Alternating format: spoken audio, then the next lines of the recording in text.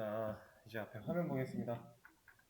여러분들 어제 수업 없었는데 그 화요일 날 배우셨던 거 이제 테일윈드 CSS 같은 거 라이브러리 적용시켜서 메뉴 만들기 이런 거 연습해 보셨겠죠? 자, 오늘은 이제 스크립트에 대해서 간단하게 좀 배워볼 거예요. HTML과 CSS는 이 정도 그냥 기본적으로 다룰 수 있는 정도까지 하고 그만할 거고요. 이제 오늘은 스크립트를 좀 배울 겁니다. 이 스크립트, 자바스크립트를 배운다라고 하는 건데 자, 우리가 실질적으로 스프링을 배우기 시작하면서 개발을 할 때는 jQuery라고 하는 녀석을 쓸 거예요. 그리고 우리가 오늘 이 스크립트를 배우는 과정에서도 이 녀석을 같이 배우긴 할 겁니다. 근데 이 jQuery라고 하는 이 녀석은 순수한 자바스크립트 문법이 아니에요. 그게 무슨 말이냐면 자바스크립트는 하나의 언어입니다. 우리가 자바라고 하는 언어를 다루듯이 얘도 하나의 언어예요, 그냥. 그렇다라는 건 이 녀석이 가지고 있는 문법, 뭐 활용법, 그다음에 뭐 코드를 작성하는 방법, 방식 이런 것들이 다 존재한다라는 얘기겠죠. 근데 순수한 자바스크립트 문법을 사용하는 거를 이제 우리가 바닐라 JS라고 표현을 하기도 하고요. 그냥 뭐 DOM 방식이라고 얘기를 하기도 하고 뭐 여러 가지 표현 방법들이 있기는 한데 어쨌든 이 순수한 자바스크립트 100% 자바스크립트만 활용한 그러한 문법은 생각보다 조금 까다롭습니다. 우리가 그 문법을 써서 무언가를 개발해낼 때 어떠한 기능을 만들 때 신경 써야 되는 것도 좀 많고요. 약간 동작들을 나눠서 개발을 해야 되는 경우들도 많이 있어요. 이 녀석이 가지고 있는 일종의 한계 같은 느낌으로 보시면 됩니다. 근데 우리가 실제로 사용하려고 하는 이 jQuery라는 녀석은 이러한 문제점과 단점들을 보완시킨 녀석이라고 보면 돼요. 근데 단순히 그 단점을 보완하는 거에 치중되어 있는 건 아니고 jQuery는 순수한 자바스크립트 문법에 비해 상당히 간단하다라는 장점이 또 있습니다. 실제로 우리가 이 자바스크립트의 순수한 바닐라 JS를 사용해서 개발을 하는 것과 jQuery라고 하는 이런 라이브러리를 사용해서 개발을 하는 거는 코드 줄수 차이도 엄청 많이 나고요. 코드의 길이 그리고 코드 안에서 우리가 활용할 수 있는 개념들 이런 것들도 상당히 많이 쉬워져요. 그래서 우리는 jQuery를 배울 겁니다. 그리고 실질적으로 여러분들이 이 수업이 다 끝나고 나서 웹개발 SI 쪽으로 취업을 하신다라고 했을 때 대부분의 SI 회사들은 아직 jQuery를 많이 사용을 해요. 근데 제가 왜 아직이라는 표현을 사용을 했냐면 jQuery라고 하는 이 방식, 이 jQuery 라이브러리를 쓰는 방식은 사실 점점 먼 미래 혹은 가까운 미래 앞으로는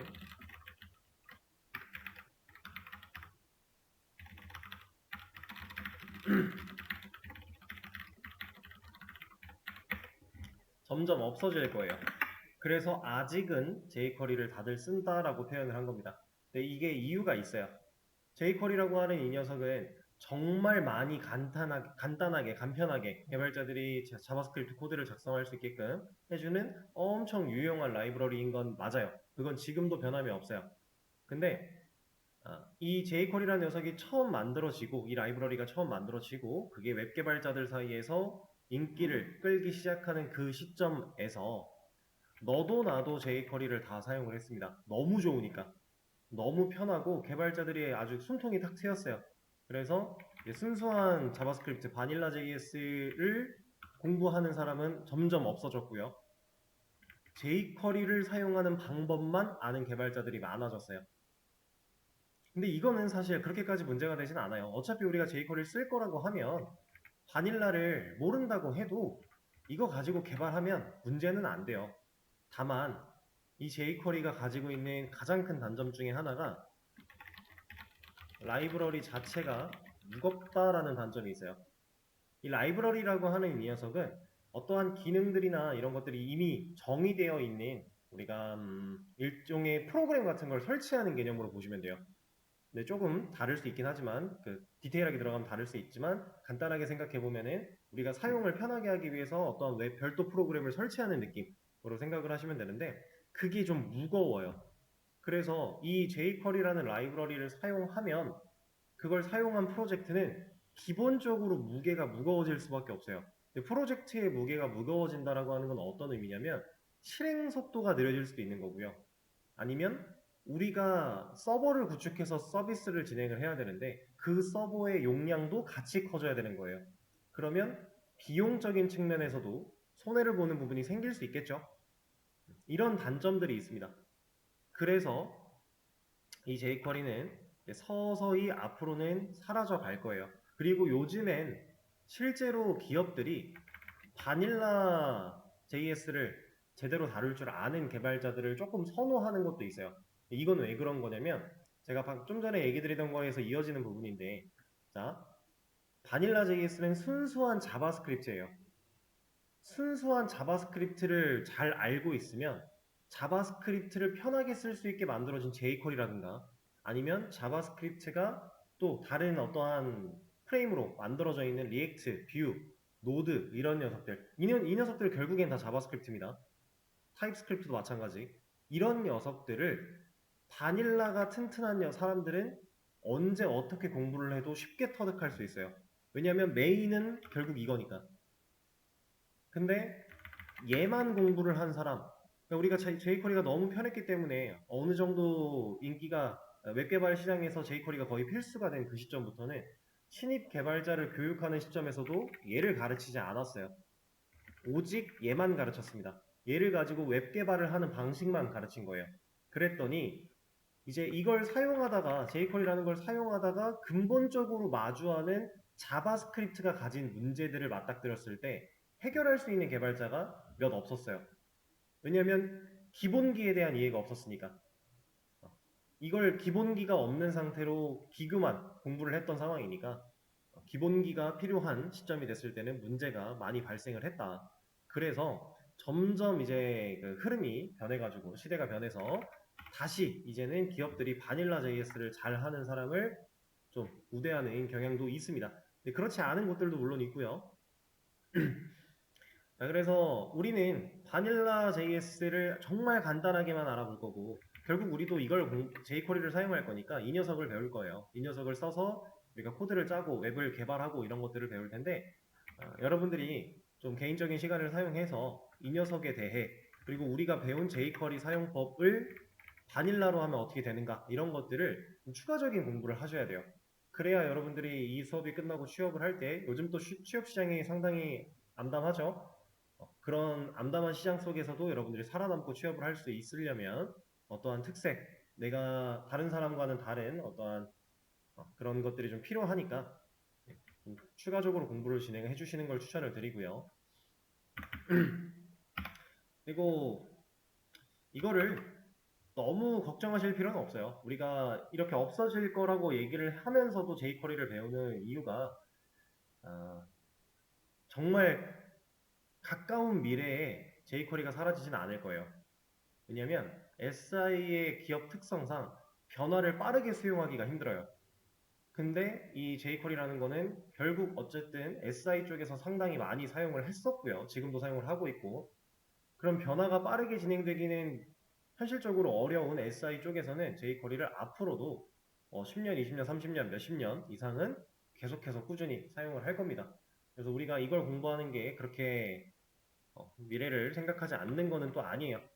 충분히 사용을 많이 할 거니까 대신에 이것만 할 줄 아는 거는 살짝 위험할 수 있으니 바닐라 공부해 보시면 좋을 것 같고 하다못해 바닐라가 아니면 리액트라든가 아니면 뭐 뷰 같은 거 요즘에 뷰도 상당히 많이 사용을 해요.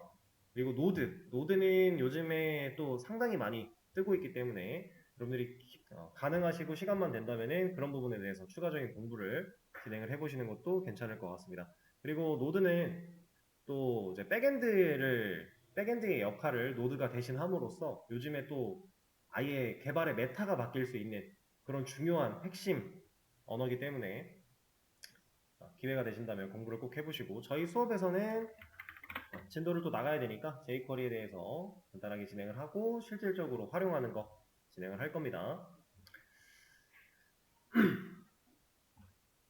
자, 일단은 이제 뭐 상황에 대해서 간단하게 안내를 드린 거고요. 그리고 한 가지 더 말씀을 드려볼게. 우리가 오늘 자바스크립트를 공부할 거라고 했어요. 배울 거라고. 근데 자, 여러분들 자바 배울 때 생각나시나요? 자바 처음에 학습할 때 자바의 기초 문법을 공부한 뒤에 자바를 활용하는 방식으로 공부를 했었죠. 그렇죠? 그 다음 우리 DB 같은 거 DBMS 배울 때도 마찬가지였어요. DBMS의 기초 문법, SQL 문법이죠. 공부한 뒤에 DBMS를 활용했어요. 이런 식으로 항상 공부를 해왔단 말이에요. 근데 자바스크립트는 이렇게 안 할 거예요. 자바스크립트는 몇 가지 주의사항만 짚어드리고 바로 실전으로 들어갈 겁니다. 여기서 말하는 실전이라는 건 문제풀이 혹은 실제로 우리가 스크립트를 사용해서 개발하는 거를 표현한 거라고 생각하시면 돼요. 왜 이렇게 공부를 하냐면 이 녀석은 언어예요. 언어인데 이름이 자바스크립트라서 그럼 이 자바스크립트는 자바랑 연관이 있나? 라고 생각하시는 분들이 생각보다 많아요. 근데 사실 그건 아닙니다. 자바스크립트랑 자바는 그냥 별개예요. 그냥 이름이 그렇게 지어졌을 뿐인 건데 이 자바스크립트는 하나의 언어인데 이 녀석은 우리가 배우고 지금까지 활용했던 자바와 상당히 유사합니다. 기초 문법들이 거의 똑같다고 봐도 돼요. 여러분들이 C 언어, 파이썬, 자바 이런 것들을 같이 공부하신 분들은 아실 거예요. 언어가 가지고 있는 특색은 살짝씩 다르지만 기초 문법들은 거의 똑같았죠. 변수 사용이라든가 조건, 반복 이런 기초 문법들 이런 녀석들은 정말 달라지는 게 크지 않아요. 개념은 똑같고 그 안에서 사용하는 문법 그냥 뭐 파이썬 같은 경우는 들여쓰기가 문법이고 괄호 그 중괄호 같은 거 쓰지 않고 콜론으로 종속시키고 이런 차이. C 언어 같은 경우는 자바랑 정말 비슷한데 이제 메인 클래스의 이런 차이 그리고 뭐 뭔가 임포트 불러오는 상황에서의 차이 이런 것들 말고는 기초 문법이 거의 똑같죠. 그런 것처럼 자바스크립트도 거의 똑같아요. 거의 조건 반복 객체 개념 다 들어있어요. 자바스크립트도 똑같이 들어있습니다. 다만 자바스크립트는 인터프리터 형식의 이제 언어라고 보시면 되고 자바 같은 경우는 이제 아니다 이 얘기는 하지 맙시다. 이 얘기는 괜히 어려워질 수 있으니까 하지 말고 그냥 이렇게 얘기를 할게요. 자바스크립트는 자바랑 상당히 유사한데 C나 파이썬 이런 녀석들과 상당히 유사한데 그 다른 점 자바스크립트가 가지고 있는 그 특징적인 주의사항을 제가 짚어드릴 겁니다. 그리고 실제로 이런 식으로 코드를 작성해서 활용할 수 있어요 라는 걸 몇 가지만 보여드릴 거예요. 그리고 나서 바로 여러분들이 직접 해보는 시간을 드릴 건데 그리고 자바스크립트도 자바처럼 만들어져 있는 메서드 그러니까 우리가 자바에서는 메서드라고 표현을 했었죠. 이미 만들어져 있는 자바라는 JDK가 제공하는 여러 가지 것들이 있었던 것처럼 자바스크립트도 똑같이 그런 게 있어요. 그런 게 상당히 많아요. 어떻게 보면 자바보다도 더 많을 거예요. 그런 녀석들을 우리가 하나하나 기능을 다 공부하고서 사용하는 건 불가해요. 너무 많아서. 그래가지고 우리가 실제로 써보면서 이런 상황에서는 자바스크립트에 이런 기능이 있나? 있을까? 부터 시작해서 검색해보고 있으면 그걸 가져다 쓰고 이런 방식으로 앞으로 개발을 많이 하시게 될 겁니다. 자, 그리고 이거는 조금은 여담일 수 있는데 간혹 가다가 이런 분들이 계셨어요. 나는 지금 풀스택, 우리가 웹 개발 풀스택을 공부를 하고 있는데 그 중에서도 나는 백엔드의 비중을 좀 더 많이 두고 백엔드 쪽으로 나가고 싶어요. 라고 하시는 분들이 간혹 있어요. 그러면 스크립트 같은 경우는 결국에 얘는 백엔드라고 봐야 될까요? 이 자바스크립트? 얘는 프론트엔드 쪽이 좀 더 가깝죠. 정확하게 프론트엔드다 라고 얘기할 수는 없어요. 왜냐면 제가 아까도 말씀드렸지만 노드라고 하는 녀석은 백엔드의 역할을 대체할 수 있고요. 그럼 스크립트가 이제 백엔드의 그 허물을 이제 그 경계를 넘어간 개념이기 때문에 자바스크립트는 프론트엔드야 라고 말하는 거는 살짝 위험할 수 있어요. 근데 프론트엔드 쪽이 좀 가깝죠. 자, 나는 백엔드에 치중을 두고 싶어요. 그러니까 자바스크립트는 별로 신경 안 쓰고 싶어요. 나는 프론트엔드는 안 해도 될 것 같아요. 이런 분들이 간혹 계셨는데 여러분들이 결국에 사라졌네. 이 풀스택을 공부하거나 웹 개발을 공부하면 이제 SI 쪽으로 많이 가신단 말이에요. 여기서는 결국 웹을 만드는 거예요. 웹을 개발. 그쵸? 실질적으로 웹을 개발하는 데 있어서 프론트엔드와 백엔드의 비율이 어느 정도 될 것 같아요? 우리가 웹 하나, 웹을 만든다 라고 하면 실제로 우리가 코드를 막 작성해서 웹을 만들 거 아닙니까? 프로젝트를 하실 때 여러분들이 실제로 그렇게 하실 건데 그 상황 속에 프론트엔드가 차지하는 영역의 퍼센트와 백엔드가 차지하는 영역의 퍼센트가 어떨 것 같아요? 5대5? 5대5가 될까요? 이거 50% 이런 식으로 표현해 볼게요. 이거 과연 맞을까요? 이거 안 돼요. 절대 5대5가 될 수가 없어요. 백엔드는 진짜 넉넉하게 많이 쳐야 20에서 30%밖에 안 돼요. 나머지 70에서 80%는 프론트엔드 스크립트로 보통 개발을 많이 합니다. 웹 쪽이 특히나 많이 그래요. 웹은 어쩔 수가 없어요. 웹이라고 하는 이 환경 특성상 얘는 서버 쪽에서 처리할 만한 일들이 그렇게 다양하지 않아요. 우리가 게시판을 만든다라고 생각을 해볼게요. 자, 게시판에는 어떤 기능이 있으면 좋을까요? 우리가 해왔던 걸 생각하셔도 좋고 아니면 그냥 여러분들이 머릿속에 떠오르는 것도 좋아요. 일단 게시물 작성, 게시물 목록, 그 다음에 뭐 수정 같은 거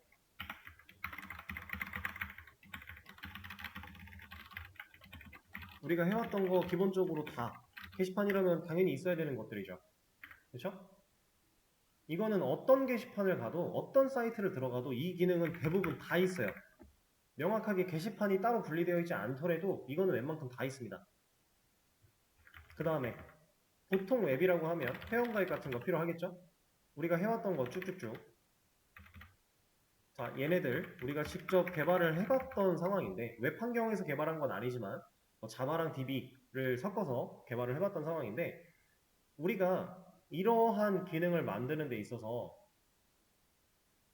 DB 쪽에서 해야 되는 일이 많았나요? 게시물을 쓰겠다 그러면 작성한 내용 가지고 가서 데이터베이스에 인서트 목록은 셀렉트로 가져와서 화면에 그리기 상세도 마찬가지 수정할 내용 가지고 가서 업데이트 쿼리 삭제는 내가 지우고자 하는 그 정보만 가지고 와서 그 지우기 이런 게 전부 아니었나요? 그쵸? 아? 지금 저 기능을 여기다 적었던 이 기능들을 일반적인 웹사이트에서 사용한다고 생각하면 게시물을 작성할 거야. 그럼 난 로그인을 먼저 해야겠죠. 로그인 버튼을 눌러요. 입력을 해야죠. 그리고 제가 로그인 버튼을 누르면 이 정보를 가지고 데이터베이스 한번 갔다 와야겠죠. 갔다 와서 문제가 없으면 로그인을 시켜줍니다. 그리고 나서 내가 게시판으로 들어가요. 그리고 작성 버튼 같은 거 누르고 입력하고 작성 버튼 누르면 데이터베이스에 인설트 되겠죠. 문제가 없다면 이런 식으로 백엔드가 해야 되는 일은 사용자가 넘긴 정보를 가지고 데이터베이스한테 왔다 갔다 하는 거 그 정도가 전부예요. 그거 외적인 기능이 백엔드 쪽에서 가져갈 만한 게 그렇게 많지가 않습니다. 물론 나중에 이제 API 같은 거를 적절하게 사용하기 위해서는 백엔드 쪽에서 요청을 직접 보내고 그 다음에 그 요청에 대한 응답을 받은 후에 처리하는 이런 것들도 필요하겠지만 일반적인 웹에서의 비율을 따져보자면 실제로 이렇습니다. 나머지는 다 스크립트 쪽에서 할 거예요. 근데 이걸 이런 식으로 돌아가는 웹을 가지고 나는 백엔드만 할 거니까 프론트엔드 안 해도 되지 않을까요? 이거는 잘못된 생각이겠죠. 웹 개발은 프론트와 백을 정확하게 나누기가 상당히 애매하고요. 무조건 같이 있어야 되고요. 그렇다 보니 풀스택을 우리가 공부를 하는 거고, 그 와중에 본인의 비중을 높이고 싶다라고 한다면 내가 높이고 싶은 부분은 플러스 알파로 채우는 거고요. 이 부분이 아닌 프론트엔드, 나는 백엔드를 하고 싶어요 했을 때 프론트엔드 부분은 기본으로 이만큼은 다 깔고 가야 되는 거예요. 중요하지 않은 부분이 없다라고 하는 겁니다. 그래서 스크립트를 우리가 해야만 하는 이유 설명을 좀 드려본 거고, 자, 이제 진짜 간단하게 한번 알아볼 겁니다. 자, 이거는 그냥 화면 보시면 되고요. 제가 div 태그 하나 만들어서 여기다가 폰트 사이즈 좀 키워놓고, 자, 컬러를 줍니다. 이러면 레드가 되겠죠? 자, 그리고 여기다가 이제 inline CSS라고 해서 제가 저번에 한번 보여드렸던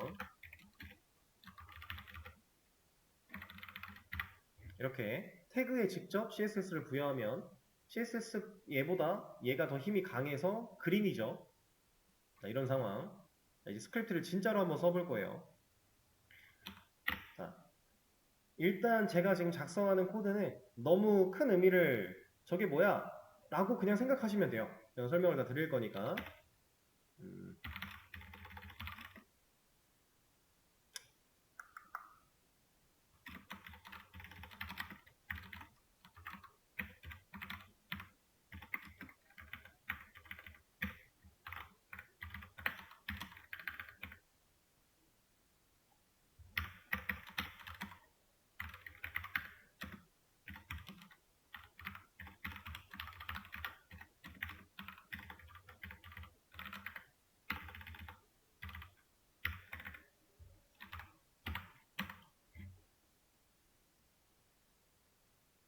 자, 일단은 제가 스크립트 영역에다가 어떠한 코드를 좀 작성을 했는데 글자색이 어때요? 골드죠? 골드 여기 들어가 있죠? 그러면 CSS는 빨강을 얘기하고 있고 인라인 CSS는 그린을 얘기하고 있고 자바스크립트는 골드를 얘기하고 있는데 지금 실제로 적용된 건 골드죠. 이것만 봐도 저번에 말씀드렸던 얘가 힘이 제일 강하다라는 사실은 우리가 알 수 있어요. 그렇죠? 그래서 이제 배우가 감독이 배우보다 힘이 센 거고 배우보다 스타일리스트가 힘이 약한 거고 그래서 1번, 2번, 3번 순으로 힘을 가지게 된다라고 했었죠? 자, 이런 식으로 이제 스크립트를 쓸 수 있는데 자, 하나씩 좀 볼 거예요. 자, 여기서 말하고 있는 이 도큐먼트라고 하는 얘는 문서란 뜻입니다. 문서. 도큐먼트는 문서예요. 근데 이 문서가 무슨 문서를 뜻하냐면 우리가 실제로 HTML 영역에다가 코드를 작성하는 건 얘 바디 안쪽에 이렇게 쓰는 거라고 했었죠? 자, 얘를 잘 보시면 이거 뭐예요? DOC 타입이래요. DOC. 도큐먼트가 문서라고 했는데 DOC 타입이래요. 이거 문서 타입을 얘기하고 있는 겁니다. 문서 타입은 HTML이야 라고 하는 거고 그래서 HTML 태그부터 시작해서 코드가 나타나는 건데 자 그러면 도큐먼트라고 하는 거는 누구겠어요? 그냥 이 HTML 문서 그 자체를 의미하는 겁니다. 자바스크립트에서 말하고 있는 이 도큐먼트라고 하는 게 현재 이 스크립트가 바라볼 수 있는 HTML 영역 그 자체, 그 문서 자체를 의미하는 거예요. 그래서 그 도큐먼트 문서에서 우리가 이제 자바에서 점을 찍으면 리모컨을 누른다라는 느낌처럼 생각할 수 있었는데 여기도 비슷한 걸로 생각하시면 돼요. 리모컨을 눌러서 이러한 녀석을 호출할 거야. 자, 이거 오랜만에 이거 이렇게 보면 자바를 기준으로 생각했을 때 이만큼의 코드는 뭐 하고 있는 거예요? 이거 메서드 실행하고 있는 거 아닌가요? 자바에서 메서드 호출, 메서드 실행할 때 메서드 명, 소괄호, 그리고 인자 같은 거 넣어서 했었죠? 이거 개념 똑같습니다. 자, 도큐먼트라고 하는 객체를 불러다 놓고서 그 객체가 가지고 있는 get element by tag name이라고 하는 이러한 메서드를 호출한 개념이에요. 근데 이제 자바스크립트는 메서드가 아닙니다. 자바스크립트에서는 함수와 메서드의 의미가 달라요. 그리고 이 녀석들은 실제로 함수라고 표현을 해야 돼요. 제가 저한테 자바를 배우셨던 분들은 제가 이런 얘기를 했었어요. 자바가 함수랑 메서드 이 두 단어를 아무렇게나 표현해도 상관이 없다라고 하는 이유는 자바 코드는 무조건 클래스의 안쪽에 있어야 됐기 때문이라 그랬어요.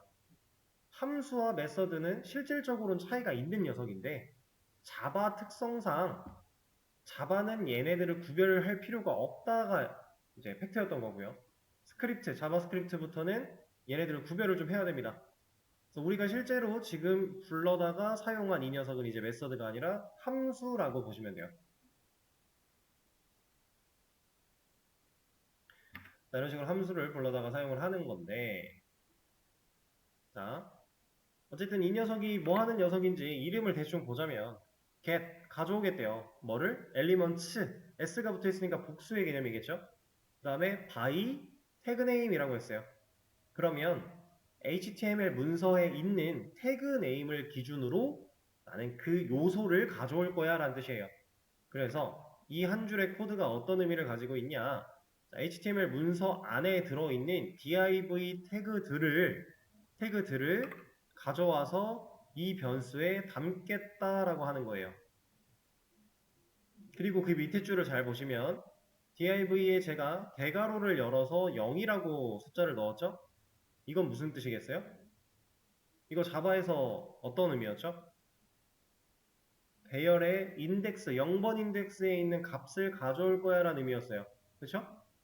자, 저는 여기서 뭐 자바에서 했던 것처럼 배열을 만들거나 하지 않았는데 그냥 사용했더니 됐죠? 자, get elements 요소들을 가져올 거라 이렇게 가져온 결과는 자동으로 객체화돼서 div라는 변수에 저장이 됩니다. 지금 얘는 변수예요, 변수. 그리고 그 변수를 불러다 놓고 0번 인덱스에 있는 그 값을 꺼낸 거예요. 그리고 나서 스타일이라고 하는, 그리고 나서 컬러라고 하는 이 녀석의 값을 골드로 바꾸겠다라고 한 겁니다. 그랬더니 골드가 실제로 입혀진 거고요. 자, 제가 이 div를 하나 더 쓸 거예요. 이거 이제 얘는 지울게요. 이거 하나 더 써서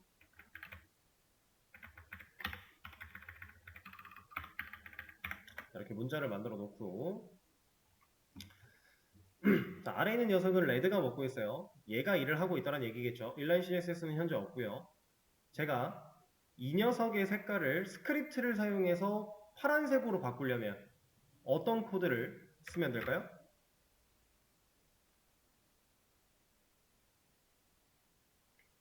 get elements by tag name 이라고 하는 걸 통해서 여러 개의 div들을 우리가 가져왔기 때문에 자동으로 배열 처리가 되었다. 그러면 0번이 아니라 1번 인덱스에 들어있는 이 녀석의 컬러를 블루로 바꾸겠다라고 하면 얘는 블루가 되는 겁니다. 자, 이렇게 자바스크립트는 자바랑 기초적인 문법이 거의 똑같고 유사하지만 객체 관련된 부분에서 살짝 다르긴 달라요. 자바는 애초에 이런 게 불가능했죠. 변수를 만들어 놓고 여기다가 직접적으로 복수계의 데이터를 때려 박는 거는 불가능했습니다. 객체화를 먼저 진행을 한 후에 리모컨을 가지고 값을 저장하는 행위로 했었어야 되는데 스크립트는 그렇게 하지 않아도 되는 거죠. 자, 이런 게 하나가 있고요. 그리고 이 변수에 관련된 내용은 조금 이따가 이것만 가지고도 할 얘기가 좀 있다 보니까 지금 저거는 신경을 안 쓸 거고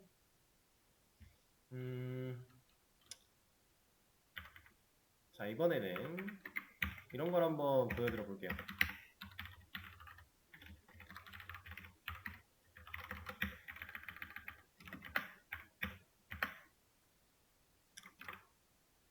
자, 이거 뭐 같아요?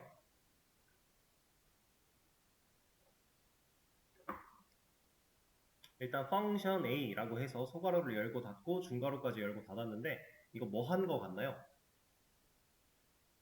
유추가 가능합니다. 유추가 안 돼도 괜찮아요. 알려드릴 거니까. 자, 이거는 함수를 만든 거예요. 함수 생성이에요, 생성. 기존에 만들어져 있는 함수를 불러다가 쓰는 것도 당연히 필요하지만 우리가 실제로 우리가 만들고자 하는 함수를 만들어 쓰는 것도 상당히 중요합니다. 자바에서도 우리가 메서드를 직접 만들어서 사용을 했던 것처럼 자바스크립트도 함수를 만들어서 쓸 수가 있어요. 자, 이게 함수 생성 방법 중에 하나예요. 이러면 제가 현재 지금 만든 함수는 이름이 뭘까요? 함수명은 A겠죠? A라는 이름의 함수를 만들어 낸 겁니다. 자, 그럼 A라는 함수에 이러한 기능들을 제가 넣어 보도록 하고요.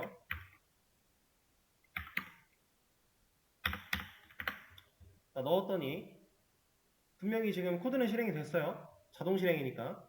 근데 골드랑 블루가 있나요? 없죠. 자, 이걸 보고 알 수 있는 거. 스크립트의 함수로 만들어 놓은 이 녀석은 이 함수를 실행하지 않으면 아무런 의미가 없다. 이 함수를 실행을 해야 된다. 함수가 실행이 돼야 여기 안에 들어있는 이러한 기능들이 동작할 수 있는 겁니다. 이렇게 함수가 실행이 되지 않으면 얘는 일을 할 수 없다. 자, 그리고 함수 실행 관련해서는 자바에서 사용하던 방식과 동일하죠? 동일합니다. 자, 이렇게. 아, 참, 그리고 제가 이거 하나 안 알려드렸군요. 이것도 하나 말씀을 좀 드려보도록 하죠. 우리가 자바를 사용할 때 콘솔이라고 하는 영역은 개발자가 어떠한 결과물을 보기 위해서 프린트ln 출력문을 사용하던 공간이었는데 자바스크립트 또한 이 콘솔이라고 하는 곳이 존재해요. 지금 코드펜을 사용하면서 여기에 작성한 이 코드에 대한 콘솔은 좌측 하단에 있는 이 콘솔 버튼을 눌러보시면 영역이 하나가 이렇게 나올 겁니다. 여기에 막 계속 에러가 나와 있고 이런 거는 제가 이제 자동 실행을 해놨기 때문에 타이핑을 하는 중간중간에도 얘는 계속 실행을 해요. 그러다 보니까 이제 코드를 쓰다 만 상황이니 당연히 에러가 있겠죠. 그래서 이렇게 나타나고 있는데 이거는 그냥 무시하시면 되고요. 클리어 같은 걸로 지우시면 되고요. 이 콘솔의 영역에다가 우리가 출력문을 사용해서 출력할 수도 있고 아니면 어떠한 결과값을 눈으로 보기 위해 찍어볼 수도 있고 다양한 게 또 가능합니다. 그리고 이 콘솔은 실제 웹상에서는 어떤 위치에 있냐면 개발자 도구를 열었을 때 여기 엘리먼츠라고 해서 우리가 요소들을 확인하던 이거 옆에 보면 콘솔이라고 하는 녀석이 있어요. 개발자 도구는 F12 누르시면 웹에서 열립니다. 이 콘솔을 눌러보시면 여기에 영역이 잡혀있죠? 얘가 실질적인 웹에서의 콘솔이에요. 우리가 자바 가지고 개발하면서 프린트ln으로 출력문을 찍으면 자바 안쪽, STS 그 프로그램 안쪽에 콘솔에 뜨죠? 그거는 사용자들이 절대 못 봐요. 실제로 서비스를 막 해놨다고 해도 사용자들은 못 보는 공간이에요. 근데 자바스크립트의 콘솔에다가 출력문을 사용해서 뭔가를 찍었다라고 하면 그걸 서비스했을 때 사용자도 똑같이 여기서 볼 수 있는 거예요. 그렇게 만들어져 있습니다. 이 콘솔은. 자, 그럼 이제 콘솔에 어떻게 값을 찍어보는지 보여드릴 건데, 자, console.log라고 하는 함수를 호출하면서 이 안에다가 어떠한 값을 넣겠다라고 하면 얘는 실행하자마자 그냥 콘솔 영역에 이 값을 찍어줍니다. 여기다가 이제 이런 것도 가능해요. 자, 제가 아까 문자 찍었던 건 이 위에서 끝난 거고 A라는 변수를 찍었는데 변수가 아니라 A라는 녀석을 찍었는데 이게 나왔죠? 자, 이거는 자바랑은 확실히 다른 점입니다. 자, 이거는 어떤 의미냐면 자, 지금 우리가 함수를 하나 만들려고 A라는 이름으로 만들어 놨어요. 그리고 그 함수명을 가지고 출력을 시켰어요. 콘솔에 찍어라 라고 했어요. 로그를. 그랬더니 함수 내용이 그대로 나오죠. 자, 자바스크립트는 이게 가능합니다. 함수도 찍어볼 수 있어요. 그리고 이 개념과 이제 이어지는 느낌으로 이런 것도 가능해요. 뭐냐면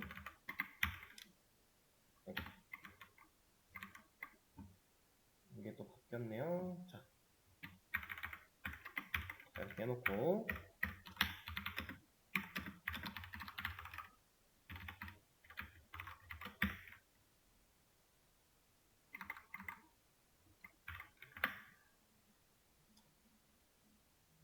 자, 이거 자꾸 지저분하니까 이거는 하나 자바스크립트 최상단에다가 console.clear 라고 하는 이거 하나 실행하도록 하겠습니다.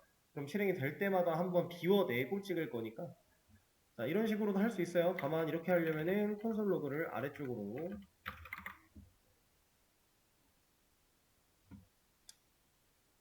이렇게 자, 아까 전에 만들었던 함수 방법과 지금 보여드리는 이 방식은 차이가 확연히 있습니다. 어떤 차이가 있는 거냐면 얘는 그냥 함수를 생성할 거야 라는 의미고요. 얘는 변수를 A라는 변수를 만들 건데 그 변수가 가지는 값이 이런 함수가 될 거야 라는 뜻이에요.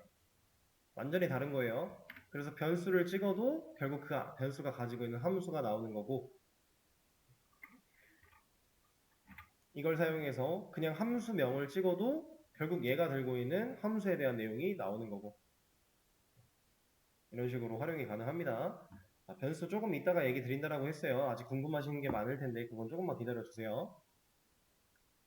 자, 그리고 자바스크립트를 사용해서 함수를 만드는 건 이런 식으로 해서 우리가 만들 수 있습니다. 방법은 더 많은 방법이 있지만 기본적으로 이런 느낌이에요. 변수로 만들어서 그 변수에 함수를 넣는 방식 하나, 그 다음에 애초에 그냥 함수를 만들겠다 하는 방식 하나, 이런 게 있고요. 그 다음에 지금 보여드릴 거는 이제 함수를 발생시키는 상황이에요. 이것도 결국 함수를 만들어내는 느낌으로 보시면 되는데 자, 제가 함수를 발생시켜 볼 겁니다. 어떤 식으로 갈 거냐. 자, div에 0번째 이 녀석한테 add 이벤트 이벤트 리스너라고 해서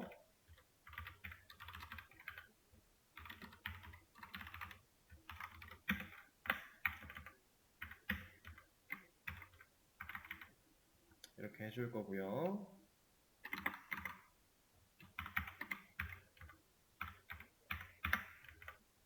자, 이런 걸 하나 만들어 줄 겁니다. 그리고 add event listener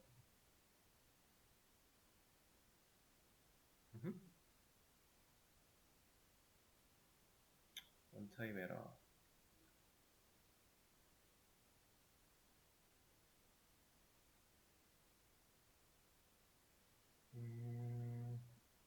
어딘가 오타가 있네요. 오타가 있군요. 네. 그러면 이제 a는 넣고서 자 이런 식으로 뭔가를 만들어냈습니다. 자 이건 어떤 의미냐면 자, div 아까 위에서 get elements by tag name으로 div 두 개를 구해놨어요. 그래서 div라는 변수는 0번 인덱스의 값 하나, 1번 인덱스의 값 하나 이렇게 들고 있는 상황인데 이 녀석 중에 0번 인덱스 이 녀석을 불러다 놓고요. add event listener라고 했어요. 이건 이제 이벤트를 추가한다는 의미라고 보시면 돼요. 근데 어떤 이벤트를 추가할 거야? 나는 클릭 이벤트를 추가할 거야. 클릭이라는 건 우리가 실제로 마우스를 통해서 클릭하는 행위를 의미하는 거겠죠. 자, 그걸 했을 때 어떤 일이 벌어질 건데, 아, 그때 벌어지는 일은 이렇게 함수로 정의할 거야 라는 뜻이에요. 그래서 이게 동작하면 어떤 느낌이냐면, 자, div 0과 1, 누가 0이겠어요? 당연히 위에 있는 녀석이겠죠. 자, 그러면 위에 있는 div를 클릭했을 때 이 함수가 이만큼이 실행이 된다라는 겁니다. 얘도 함수를 만드는 방법 중에 하나예요. 결국에는 함수, 펑션이라고 하는 게 만들어진 거니까. 근데 이 함수를 실행시킬 조건을 우리가 앞쪽에 추가를 해놓은 것 뿐입니다. 자, 다시 만들어 놓고 div 0이 아니라 제가 1, 이 녀석을 클릭을 하게 되면 이때는 아무 일도 안 일어나죠. 근데 2, div 0이라고 하는 이 녀석은 영역을 실제로 이만큼 가지고 있을 거니까 여기를 클릭한다고 해도 이쪽을 클릭해도 함수가 실행돼서 색깔이 바뀐다라고 하는 겁니다. 자, 함수 만드는 방법 지금 세 가지를 공부했어요. 그냥 펑션 이름으로 만드는 방법 하나, 그다음 변수를 만들어서 그 변수의 값으로서 함수를 집어넣는 방법 하나, 그다음에 이벤트 리스너, 그러니까 이벤트를 추가하는 행위로서 이런 이벤트가 발생을 하면 이런 기능의 함수가 실행되면 돼 라고 만드는 방법 하나. 총 세 가지를 지금 우리가 배워보고 있습니다. 셋 다 적절하게 우리는 골고루 활용을 할 수 있어야 되기 때문에 함수 만드는 기본적인 방법에 대해서 잘 생각하시면 돼요. 자, 그리고 지금 현재 제가 사용하고 있는 이 문법들은, 이러한 워딩들은 순수한 바닐라 자바스크립트예요. 우리가 jQuery를 사용하게 되면 이런 느낌의 어려운 느낌을 주는 이런 단어들이 아예 없어질 거예요.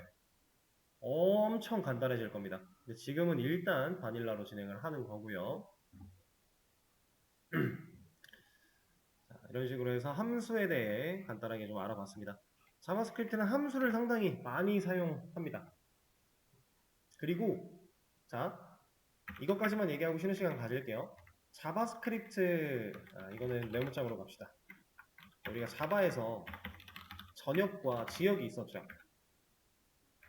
자바에서 전역은 어디였어요?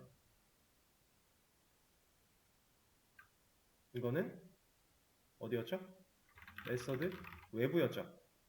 그러니까 메서드 외부란 얘기는 클래스 내부면서, 이거는 어쩔 수 없어요. 자바기 때문에. 클래스가 없으면 자바 코드를 못 쓰니까, 그죠?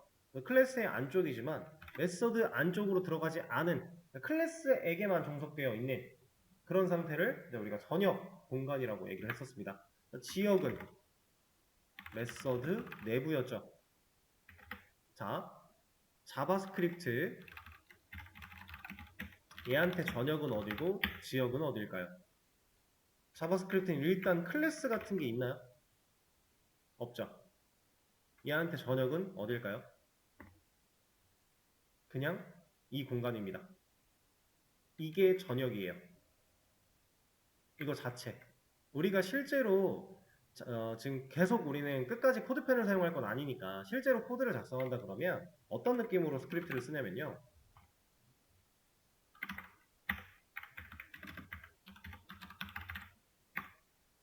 이런 식으로 스크립트 태그를 하나 만들어 놓고 여기다가 스크립트 코드를 작성을 해요.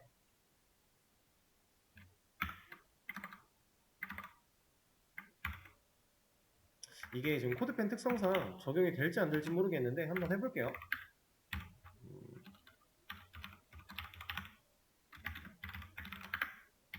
레드 하면은 티가 안 날 거니까.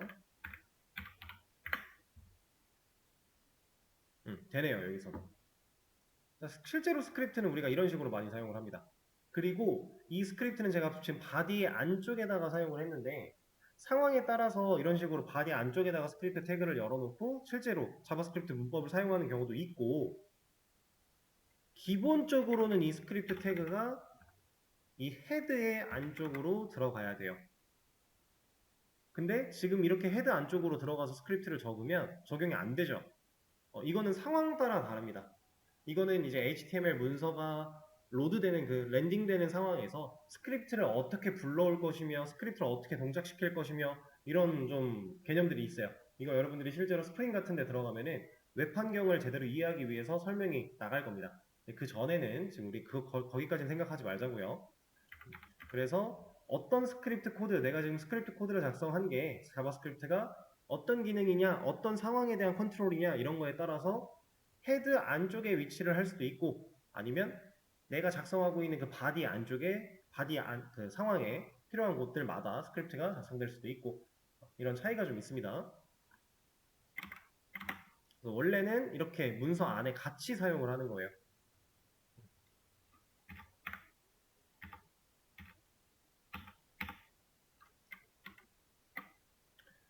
자,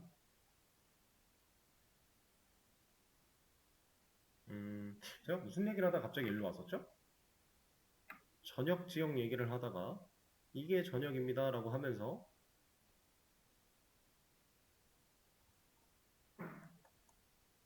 얘기를 했던 것 같은데, 그죠? 혹시 제가 여기다가 스크립트를 넣는 걸 보여드리기 직전에 제가 무슨 얘기를 하고 있었죠? 혹시 기억나시나요?